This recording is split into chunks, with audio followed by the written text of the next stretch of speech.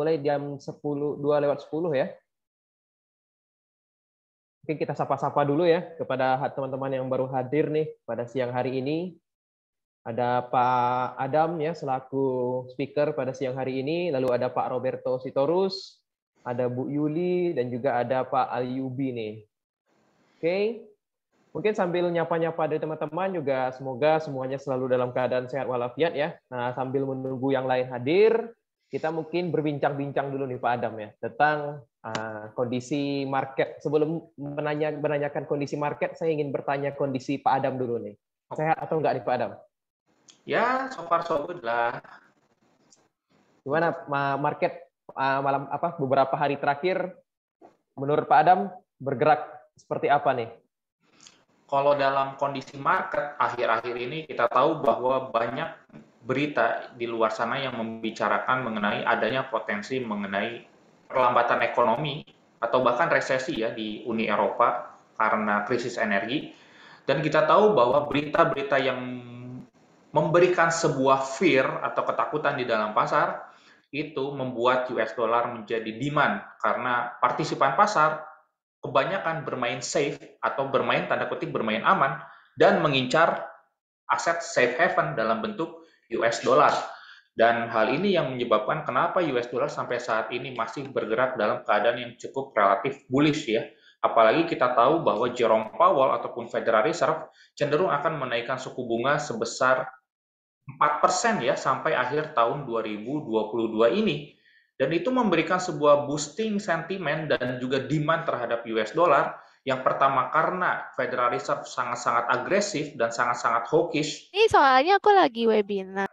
Yang kedua adalah kita tahu bahwa kondisi pada saat ini itu market sangat-sangat full of risk atau penuh dengan resiko di dalam pasar.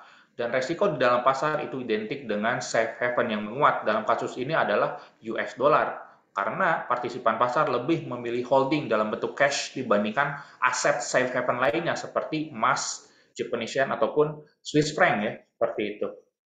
Oke, menarik. Berarti memang fokus utama pasar pada beberapa hari terakhir tetap pada pair yang banyak dipakai di beberapa negara ya Pak Adam ya, itu adalah US dollar ya. Betul sekali. Oke, menarik. Mungkin dari Pak Adam, tradingnya gimana nih? Apakah portonya tumbuh atau malah terbakar nih dari sisi portfolio Pak Adam? Untuk porto, saya kurang lebih sedang mengamankan dana dalam bentuk cash ya. Oke, berarti mengikuti cara hedge fund ya? Gimana? Berarti mengikuti para institusi-institusi sekarang ya? Yap, betul. Saya cenderung bermain aman. Saya lebih mengkonversikan dalam bentuk tabungan terlebih dahulu karena pada dasarnya kondisi pada saat ini maka sangat-sangat ekstrim. Bahkan sentimen saja bisa cepat dengan berubah gitu ya, dengan cepat juga. Dan itu yang sebenarnya saya tidak suka ya dari kondisi pasar pada saat ini. Karena selain sentimen cepat berubah, itu pergerakan range-nya itu cukup besar.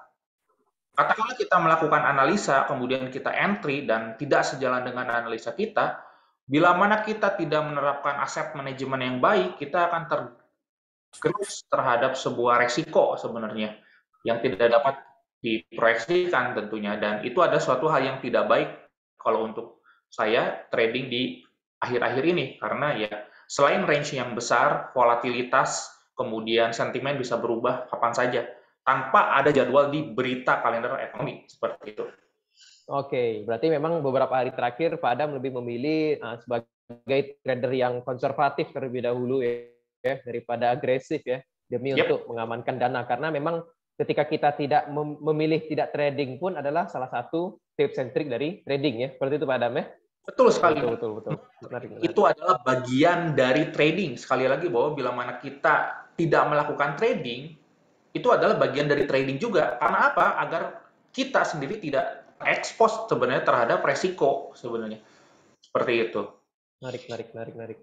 Oke, karena waktu sudah pukul 2:11, Pak Adam mungkin waktu dan tempat dipersilahkan nih Pak Adam.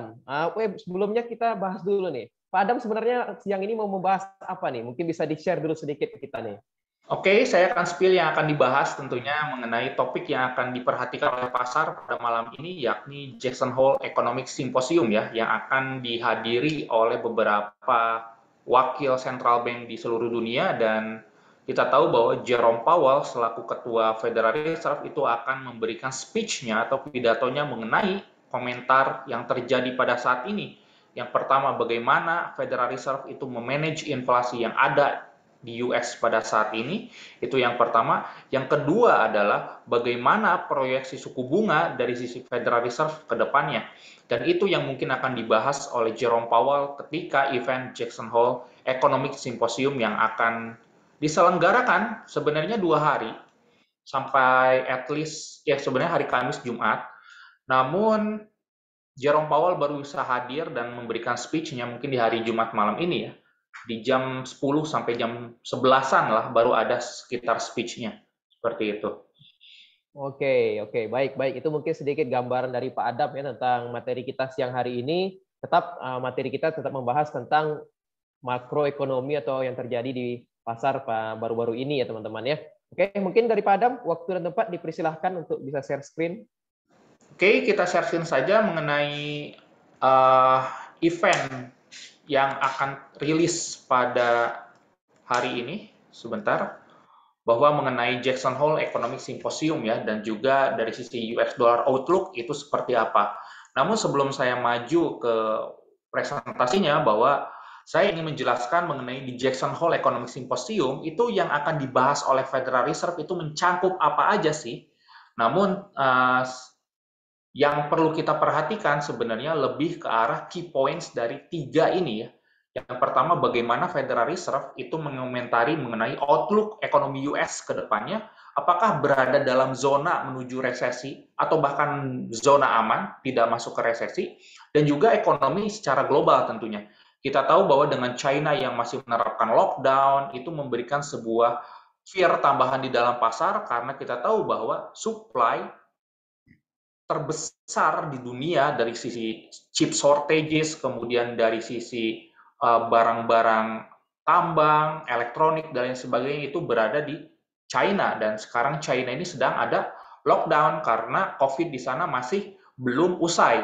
Sehingga itu akan mengganggu sebuah supply ya, karena dengan lockdown tadi, China tidak bisa mengimpor ataupun ekspor barang-barang dari luar negeri. Sehingga apa? Katakanlah Eropa, katakanlah US membutuhkan demand terhadap barang-barang elektronik di China, itu kan jadi minim. Sehingga terjadilah yang namanya supply chain issue.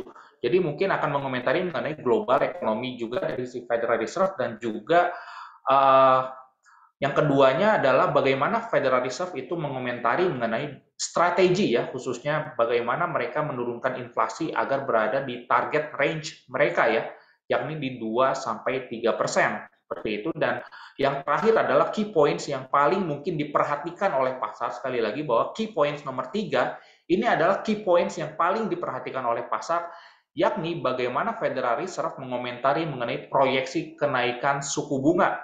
Seperti itu. Apakah akan dinaikkan secara agresif? Dalam kasus ini adalah hawkish sebesar 75 basis point, atau lebih konservatif, tidak begitu menggebu-gebu mengenai 75 basis point high. Kita tahu bahwa Jerome Powell merupakan Chairman Federal Reserve yang sangat-sangat dovish ya dalam kasus ini, bahwa kita bisa lihat 5 FOMC minutes ke belakang, Jerome Powell mengutarakan speech yang terjadi adalah bearishness dari sisi US dollar. Dan Jackson Hole Economic Symposium di sini adalah sebenarnya Jerome Powell hanya copy paste dari statement-statement minutes sebelumnya. Jadi sebenarnya dari sini kita bisa tahu bahwa gambaran secara umum US dollar berpotensi untuk melakukan yang namanya correction atau akan berpotensi melemah karena statement Jerome Powell yang cenderung dovish ya. Namun kita tidak boleh mengabaikan katakanlah ada sesuatu hal yang ekstrim yang bisa saja terjadi di luar dugaan, karena kita tahu bahwa di dalam market itu tidak ada yang pasti. Walaupun kita bisa lihat 5 meeting minutes Federal Reserve ke belakang, Jerome Powell bila mana melakukan speech atau melakukan pidato, yang terjadi adalah bearishness dari sisi US dollar. Dan bukan tidak mungkin terjadi, hal itu bisa terjadi di Jackson Hole Economic Symposium yang akan ada di hari ini ya, di jam malam tentunya, jam 10, jam 11 malam tentunya. Dan itu adalah suatu hal yang perlu kita perhatikan, karena bila mana kita katakanlah mengasumsikan bahwa US dollar akan cenderung bullish karena Jackson Hole, di-tone down dulu nadanya karena Jerome Powell saja tidak begitu agresif dalam menerapkan suku bunga dinaikkan sebesar 75 basis point seperti itu. Dan kita tahu bahwa hari Jumat, sekali lagi bahwa hari Jumat merupakan hari yang identik dengan aksi profit taking. Walaupun saya tidak bisa katakan hari Jumat pasti akan terjadi profit taking, tidak seperti itu, namun biasanya institusi-institusi besar, bank-bank besar di hari Jumat ini identik dengan mereka melakukan rebalancing position atau aksi profit taking. Dan bukan tidak mungkin bila mana mereka yang sudah melakukan pembelian terhadap US dollar akan mengalihkan profitnya, mengamankan dulu sehingga US dollar berpotensi untuk mengalami pergerakan correction atau pergerakan bearish seperti itu. Dan ini adalah skenario yang saya buat mengenai mengenai US dollar sentiment pada saat ini. Yang saya tandain merah ini adalah sebuah skenario pada saat ini. Kita tahu bahwa suku bunga Federal Reserve di akhir tahun 2022 ini akan berada di range antara 3,5% sampai 4%. Sekali lagi bahwa Federal Reserve dalam suku bunga di akhir tahun 2022 ini ada potensi menyentuh di level 3,5% sampai 4%. Dan dari sisi global outlook pada saat ini kita tahu bahwa potensi resesi itu semakin besar terjadi khususnya di Europe ya, karena krisis energi, dan juga kita tahu bahwa data ekonomi perlu kita perhatikan juga karena topik utama yang terjadi pada saat ini itu masih berada di dalam ranah inflasi. Dan personal spending dan juga personal income merupakan data yang memberikan kontribusi terhadap inflasi. Katakanlah income Anda bertambah, yang tadinya gaji Anda 5 juta jadi 10 juta, katakanlah, ketika gaji Anda bertambah, income Anda bertambah, secara spending Anda pun bertambah juga kan, yang tadinya Anda tidak ambil kredit, katakanlah, Anda jadi ngambil kredit, seperti itu. Dan itu adalah sebuah demand. Dan katakanlah bila mana banyak orang yang secara income-nya bertambah, mereka yang tadinya tidak belanja jadi banyak yang belanja, secara tidak langsung harga-harga itu akan melonjak juga. Dan harga yang melonjak itu identik dengan yang namanya inflasi. Dan inflasi yang meningkat itu identik dengan suku bunga yang akan dinaikkan lebih agresif juga. Artinya apa? Bila mana hal itu terjadi, maka mata uang yang bersangkutan akan menguat. Dan dalam kasus ini, makanya US dollar sentiment itu masuk berada pada level yang netral menuju bullish ya, seperti itu. Namun hati-hati bila mana katakanlah menurut Jerome Powell bahwa suku bunga itu tetap di kisaran 3,5%, namun kita bisa memitigasi bahwa economic recession itu tidak akan terjadi di US. Berarti itu ada suatu statement yang memberikan sebuah kelegaan market ya, atau seolah-olah market relief. Dan itu bisa saja memberikan sebuah sentimen bearish dari sisi US dollar. Kenapa? Karena kita tahu bahwa penggerak US dollar kuat pada saat ini itu bukan karena data ekonomi US yang bagus, kemudian ekonomi US yang lebih bagus dari negara lain, tidak seperti itu, namun murni karena sentimen fear di dalam pasar mengenai krisis energi, seperti itu. Dan kalau misalkan kita berbicara mengenai inflasi di US, kita tahu bahwa saat ini inflasi di US itu berada di level 8,5%.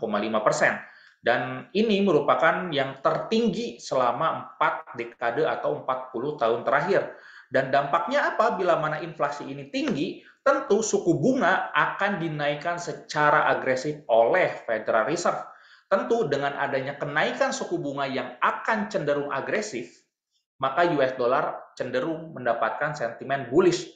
Apalagi ditambah dengan kita tahu kondisi resiko pada saat ini sangat-sangat escalated atau sangat-sangat besar dan tereskalasi, khususnya mengenai krisis energi dan juga tensi antara Rusia dan juga Ukraine. Ini membuat seolah-olah safe haven khususnya US dollar itu mendapatkan demand yang cukup besar.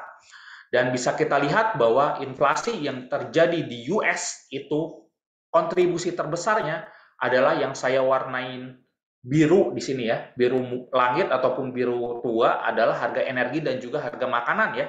Barulah ke situ dari turunannya harga barang dan jasa pun akan meningkat.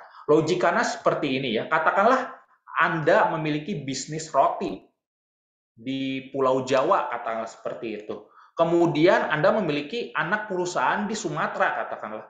Ketika bisnis roti Anda itu berjalan dengan sesuai, kemudian harga bensin tiba-tiba naik. Nah, otomatis Anda pun kan menaikkan harga barang dan makanan juga kan? Karena apa? Bila mana Anda melakukan transshipment, transportasi dari Pulau Jawa ke Pulau Sumatera, karena harga bensin ini mahal, otomatis barang yang Anda jual dalam kasus ini roti akan naik juga kan?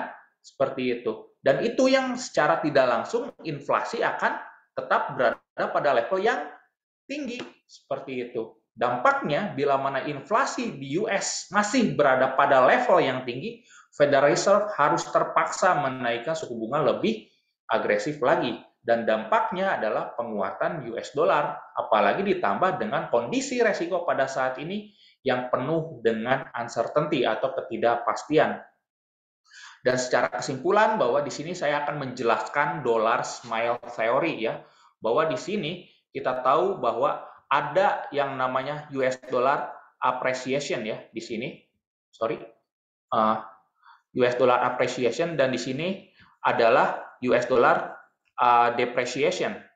Dan ketika kondisi pada saat ini US dollar sedang menguat, itu karena ada potensi mengenai recession secara global ataupun ekonomi di US mengalami resesi ya di sini. Dan kita tahu bahwa US dollar akan mengalami perlemahan ketika ekonomi sedang dalam kondisi yang sedang baik-baik saja atau transisi dari yang tadinya resesi sedang menuju proses ekspansi seperti itu. Jadi kita tahu bahwa US dollar merupakan aset yang dianggap paling safe oleh pasar, makanya ada yang disebut dengan safe haven asset, dan safe haven asset itu adalah US dollar. Dan bila mana katakanlah kondisi pasar pada saat ini itu masih berada pada mode yang penuh dengan resiko, maka US dollar masih berpotensi untuk mendapatkan demand dalam jangka panjang. Walaupun ada pergerakan turun, itu hanya correction saja, seperti itu. Jadi bagi teman-teman yang mengasumsikan bahwa US dollar akan cenderung mengalami pelemahan dan full scale reversal atau harganya sudah terlalu mahal, harap di tone down dulu, karena pada dasarnya sentimen resiko khususnya mengenai krisis energi dan juga potensi resesi itu masih besar adanya. Dan bila mana mengenai krisis energi dan juga mengenai tensi Ukraine belum selesai, maka US dollar masih berpotensi untuk tetap menguat dalam jangka waktu medium sampai jangka panjangnya. Seperti itu. Oke, itu saja mungkin yang ingin saya share mengenai Jackson Hole Economic Symposium pada malam hari ini. Saya sudah berikan key points-nya bahwa pada Jackson Hole Economic Symposium di sini bahwa key point yang Anda harus perhatikan adalah mengenai statement ketiga ini ya. Namun yang perlu Anda highlights adalah mengomentari bagaimana suku bunga di US akan dinaikkan sampai level berapa persen. Seperti itu. Semakin besar suku bunga ya di sini bahwa rate hike ya, rate bila mana rate-nya semakin besar dinaikkan itu akan menjadi bila mana rate-nya naik di sini maka US dollar akan bullish ya dari sisi US dollarnya. Bila mana rate-nya diturunkan di sini maka US dollar akan cenderung bearish. Seperti itu. Jadi yang perlu Anda perhatikan adalah mengenai rate-nya ya. Apakah persentasenya akan dinaikkan lebih agresif atau tidak? Seperti itu. Dan katakanlah ada sebuah komentar bahwa Federal Reserve, katakanlah di sini Jerome Powell mengomentari bahwa kita harus lebih berhati-hati dalam menaikkan suku bunga, kita harus melihat data mengenai inflasi, apakah masih berada pada level yang tinggi atau tidak. Itu ada suatu hal yang dovish ya, karena lebih konservatif. Dan bila mana hal itu terjadi, maka US dollar akan cenderung pada level yang bearish seperti itu. Dan saya katakan sekali lagi bahwa Jackson Hole Economic Symposium itu adalah event yang Jerome Powell hanya copy-paste dari minutes-minutes sebelumnya. Dan minutes sebelumnya, 5 minutes ke belakang, setiap Jerome Powell mengutarakan statement, itu adalah suatu hal yang bearish bagi US dollar. Dan bukan tidak mungkin ketika Jackson Hole Economic Symposium pada saat ini itu memberikan negativity dari si US dollar ya. Bukan karena US dollar melemah, melainkan aksi rebalancing position dari para institusi. Apalagi kita tahu bahwa sekarang adalah hari Jumat dan identik dengan yang namanya aksi profit taking dari beberapa institusi besar ataupun bank-bank besar. Seperti itu. Oke, bagi rekan-rekan yang ingin bertanya mengenai Economic Jackson Hole Symposium, boleh ditanyakan secara langsung, atau ada yang mau request mengenai teknikal, silahkan, atau ada yang mau bertanya mengenai seputar trading, baik itu teknikal fundamental, boleh ditanyakan, tidak usah malu-malu, kita di sini akan bahas secara sama ya, seperti itu. Oke, luar biasa ya, Pak Adam. Minum dulu Pak Adam, mana tahu haus kan? Siap. Oke, bagi teman-teman mungkin di webinar kali ini yang ingin bertanya, dipersilahkan. Oke, ada pertanyaan nih. Pertanyaan pertama dari Pak Robert. Profit taking maksudnya jualan USD ya Pak? Terima kasih. Oke, betul sekali. Profit taking itu adalah aksi jual dari US dollar. Saya sambil share screen terlebih dahulu ya. Mungkin saya akan tunjukkan indeks dolar di sini. Sorry. Ini ke sorry ya. Oke, ini adalah chart indeks dolar. Kita tahu bahwa indeks dolar pada saat ini itu berada pada level resisten ya. Ini adalah sebuah area resisten. Dan sebenarnya Anda lumrah sekali bila mana Anda trading teknikal, ini ada potensi double top.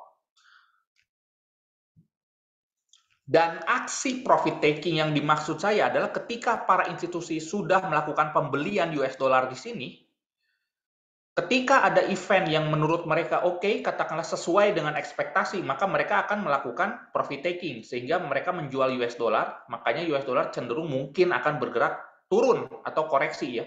Namun level koreksinya perlu Anda tandain secara teknikal ya, kira-kira potensi turunnya akan ke arah mana. Nah, dari situlah bahwa kita bisa asumsikan ada potensi atau sudah terjadi profit taking bila mana harga sudah turun ya ketika pasca rilis dari sisi Jackson Hole di sini ya, seperti ini. Jadi menurut saya bahwa bila mana Anda sedang mengasumsikan bahwa US dollar cenderung bearish pada malam ini, saya cukup setuju. Kenapa? Karena kita tahu bahwa event ini hanya cenderung Jerome Powell copy-paste statement-statement minutes sebelumnya, yang mana kita tahu bahwa ketika FOMC minutes ataupun FOMC meeting, Jerome Powell mengutarakan statement, itu ada suatu hal yang bearish bagi US dollar ya, seperti itu. Dan mungkin itu tidak mungkin sekali terjadi ketika Jackson Hole Economic Symposium yang mungkin bisa membuat US dollar bergerak bearish ya. Apalagi secara teknikal ini adalah berada di area resisten. Seperti itu mungkin Pak Robert. Oke. Terima kasih ya Pak Robert atas pertanyaannya. Mungkin dari teman-teman yang lain ada yang ingin bertanya lagi tentang apa itu Jackson Hole Symposium atau mungkin bertanya tempatnya di mana, hotelnya apa gitu kan. Dan mungkin sambil menuju pertanyaan, saya ingin bahas mengenai pergerakan market dulu ya. Barangkali ada yang mau request, silahkan. Barangkali ada yang mau nanya, sentimen euro bagaimana Pak Adam? Atau misalkan kira-kira ekonomi Inggris bagaimana? Kayak gitu. Silahkan, tidak usah malu-malu, kita akan membangun sebuah habit yang positif ya dengan selalu bertanya. Karena pada dasarnya gini, menurut saya, bila mana Anda bertanya, itu Anda memiliki sebuah anggapan atau pendapat sesuatu, dan itu ada suatu hal yang baik ya. Karena bila mana Anda memiliki pendapat, kita bisa sharing dan tukar pikiran ya, seperti itu. Dan setidaknya kita akan mencoba di sini membangun sebuah habit yang baik ya, bahwa di sini saya akan memberikan contoh bahwa tidak semua broker lokal, bukan saya menjelek-jelekan broker lokal di sana, tidak. Namun saya ingin memberikan sebuah habit yang suatu positivity dari sisi bahwa market tidak selalu bisa dipastikan Dan di sini saya akan membangun sebuah proyeksi khususnya dari sisi market, makanya saya di sini menjelaskan baik itu secara teknikal dan juga fundamental ya, seperti itu. Bukan melulu tentang ya mungkin Anda tahulah yang saya maksud gitu. Dari sisi broker lokal kan kebanyakannya bahwa pivot point bahwa satu poin $1, satu poin 1 juta, tidak, saya tidak akan menjelaskan seperti itu karena yang saya ingin kedepankan di sini adalah manajemen resiko seperti itu. Oke, mungkin saya ingin bahas XAU saja bahwa di sini XAU tertahan di area resisten 1765 ya, ketika pergerakan di hari kemarin itu terdapat pergerakan bullish. Namun di sini terjadi sebuah pergerakan yang kalau menurut saya cenderung koreksi ya. Kita tahu bahwa di sini harga tertahan di area resisten yang ini. Mungkin saya akan tandain dengan garis hitam terlebih dahulu supaya enak dilihat bahwa XAU tertahan di resisten 1765 dan cenderung turun ya, koreksi ke arah bawah ke sini ya, ke 1731 ya kalau misalkan berdasarkan teknikal. Namun kembali lagi bahwa kita akan menghadapi event Jackson Hole dan berpotensi untuk membuat US dollar melemah, dan itu bisa saja membuat pergerakan XAU ini akan meningkat ya secara value intrinsiknya, bisa saja mengejar ke 1770 di sini ya. Hati-hati, sebenarnya secara teknikal ada potensi XAU untuk bergerak turun, namun kita tidak boleh mengabaikan event yang berpotensi untuk membuat US dollar melemah. Karena pada dasarnya begini, pasar itu terdiri dari 3 parameter ya, fundamental, teknikal, dan juga sentimen. Walaupun secara teknikal ini cantik, akan ada potensi pergerakan turun, namun bila mana tidak didukung oleh fundamental, akan ada yang namanya invalidasi, seperti itu. Oke, mungkin dari sisi XAU, kalau menurut saya lebih memilih wait and see saja, karena secara teknikal, walaupun ini ada pergerakan turun, namun ada potensi US dollar melemah, sehingga ada potensi bila mana menguat, itu akan mengejar 1770 yang ada di sini. Kalau menurut Pak Adam, lebih baik saya sell atau buy? Kalau menurut saya, lebih ke arah buy side-nya. Kalau menurut saya, tunggu harga turun terlebih dahulu, kemudian ada sebuah pergerakan rejection atau penolakan, barulah kita melakukan pembelian di situ ya untuk mengejar pergerakan ekstensi ke arah atas. Seperti itu. Oke, Pak Adam, ini ada yang ingin bertanya nih Pak Adam. Oke. Dari Pak Antoni nih. Rata-rata aksi profit taking ini biasanya berlangsung berapa lama sih Pak Adam? Terima kasih. Aksi profit taking ini biasanya singkat ya, 1-2 hari saja biasanya. Kalau misalkan katakanlah aksi profit taking hari Jumat ini, bila mana katakanlah berlanjut, kita tahu bila mana hari Senin itu identik dengan market yang kalem biasanya, dan market yang kalem itu identik dengan pergerakan korektif juga, dan mungkin saja pergerakan koreksi karena aksi profit taking bisa berlangsung 2 hari ya, di hari Jumat dan juga hari Seninnya, sebelum pasar benar-benar memikirkan kira-kira apakah mereka akan melakukan pembelian terhadap US dollar kembali atau tidak. Kenapa? Karena kita tahu bahwa kondisi sentimen resiko itu masih tetap tinggi, masih full of risk, sehingga itu membuat US dollar ada potensi untuk melakukan continue ke arah atas dari sisi pergerakannya. Dan mungkin saja aksi profit taking pada saat ini itu mungkin sekali terjadi ketika Jackson Hole Economic Symposium itu terjadi, seperti itu. Dan umumnya profit taking 1-2 hari, seperti itu Pak. Mungkin Pak Antoni. Oke, thank you Pak Adam. Yes. Respon dari Pak Antoni. Oke, mungkin karena tidak ada lagi yang ingin bertanya, Pak Adam mungkin dikasih summary atau kesimpulan sedikit tentang bagaimana kita akan menghadapi event nanti malam supaya kita trader bisa mendapatkan keuntungan yang maksimal. Terakhir, sekalian penutup Pak Adam. Oke, penutup saja bahwa key points yang mungkin perlu kita perhatikan dari sisi Jackson Hole Symposium adalah lebih ke arah komentar mengenai proyeksi suku bunga US ke depannya yang akan diutarakan Jerome Powell, dan cenderung pergerakan US dollar ketika Jerome Powell mengutarakan speech itu adalah pergerakan yang bearish. Karena kita bisa lihat itu di meeting-meeting sebelumnya ya, bahwa di 5 meeting sebelumnya Jerome Powell mengutarakan speech, bearishness for US dollar. Dan bisa saja hal itu terjadi dan berulang ketika event Jackson Hole Economic Symposium pada malam hari ini. Dan kembali lagi bahwa saya ingatkan selalu gunakan stop loss karena kita tahu bahwa ini adalah over the weekend dan bila mana katakanlah ada posisi Anda yang nyangkut, liburan Anda akan tidak menyenangkan ya karena Anda berada pada posisi yang rugi seperti itu dan itu suatu hal yang tidak diharapkan dari trader pada umumnya ya. Oke, itu saja yang mungkin saya bisa share pada hari ini mengenai Jackson Hole Economic Symposium. Happy trading, safe trading. Assalamualaikum warahmatullahi wabarakatuh.